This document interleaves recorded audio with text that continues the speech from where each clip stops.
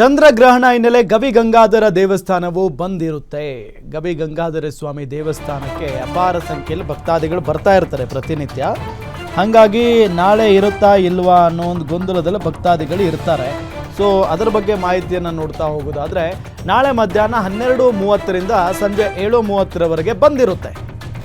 12:30ರಿಂದ 7:30ರವರೆಗೆ ಗ್ರಹಣ ಮುಗಿದ ಬಳಿಕ ದೇವಸ್ಥಾನದ ಶುಚಿ ಕಾರ್ಯ ಮಾಡಲಾಗುತ್ತೆ. ರಾತ್ರಿ 10 ಗಂಟೆಯವರೆಗೂ ಭಕ್ತರಿಗೆ ದರ್ಶನಕ್ಕೆ ಅವಕಾಶ ಇರುತ್ತೆ.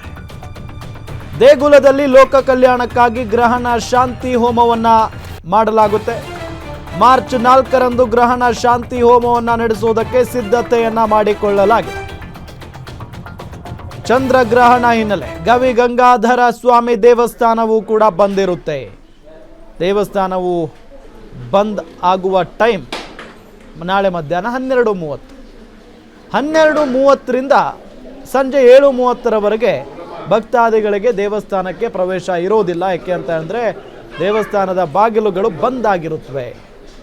ಗ್ರಹಣ ಮುಗಿದ ಬಳಿಕ ದೇವಸ್ಥಾನದ ಶುಚಿ ಕಾರ್ಯ ನಡೆಯುತ್ತೆ. ರಾತ್ರಿ 10 ಗಂಟೆಯವರೆಗೂ ಭಕ್ತರಿಗೆ ದರ್ಶನಕ್ಕೆ ಅವಕಾಶ ಇದ್ದೇ ಇರುತ್ತೆ. ಸೊ ಲೋಕ ಕಲ್ಯಾಣಕ್ಕಾಗಿ ಗ್ರಹಣ ಶಾಂತಿ ಹೋಮವನ್ನು ಮಾಡಲಿದ್ದಾರೆ. ಮಾರ್ಚ್ 4ರಂದು ಗ್ರಹಣ ಶಾಂತಿ ಹೋಮ ನಡೆಸುವುದಕ್ಕೆ ಸಿದ್ಧತೆಯನ್ನು ಕೂಡ ಮಾಡಿಕೊಳ್ಳಲಾಗಿದೆ.